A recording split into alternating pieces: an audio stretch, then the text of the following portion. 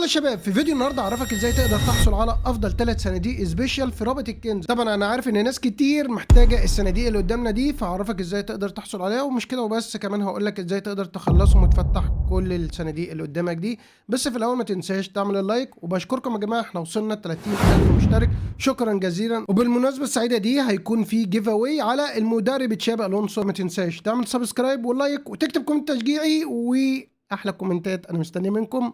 ويلا بينا على الفيديو. طب شباب، فتحنا اللعبه. في الاول كده عرفني انت معاك كام صندوق من الصناديق اللي انت شايفها الرايقه قوي دي. طبعا انا معايا الثلاثه سبيشال، والثلاثه كلهم فيهم 9 فتحات لكل صندوق زي ما انت شايف كده. فانت قول لي معاك بقى كام صندوق، لو مش معاك منهم فهعرفك ازاي تقدر تجيبهم وبكل سهوله. نيجي بقى للجزئيه الاولى، ازاي تقدر تستلم الصناديق السبيشال اللي قدامك دي. الموضوع سهل جدا وبسيط. انا في اول يوم كان يوم الخميس فتحت لايف اكتر من 6 ساعات ونص متواصلين عشان اقدر اسلمكم الصناديق السبيشال دي. فانت كل اللي عليك ابحث في جوجل عن بيس 224 اول نتيجه بحث بدون مسافات، يعني اكتب BES 224 اول نتيجه بحث. هتلاقي الجروب بتاعنا فيه 57000 اخ وصديق، وان شاء الله تكون انت واحد منهم. واول ما بفتح لايف بنزل على طول واعرفك ان انا لايف دلوقتي، وبنزل برضو في رقم الروم عشان تقدر تنضم في الروم. والروم دي عباره عن جون ذهبي مكونه من 5 لعيبه، واول ما بتخلص على طول الجون الذهبي بتقدر تستلم حاجه من الصناديق اللي قدامك دي. هنيجي بقى للجزئيه الثانيه، وازاي تقدر تفتح الصناديق دي. زي ما اتفقنا ان الصندوقين دول مش هتقدر تفتحهم او تبدا المهمات بتاعتهم غير يوم 15 واحد. اما بالنسبه للصناديق دي فانت كل اللي عليك، يعني الصندوقين الاولين دول عشان تخلصهم هتضغط على المهمه اللي باقيه لك. هنا بيقول لي ايه؟ اول ما اضغط عليها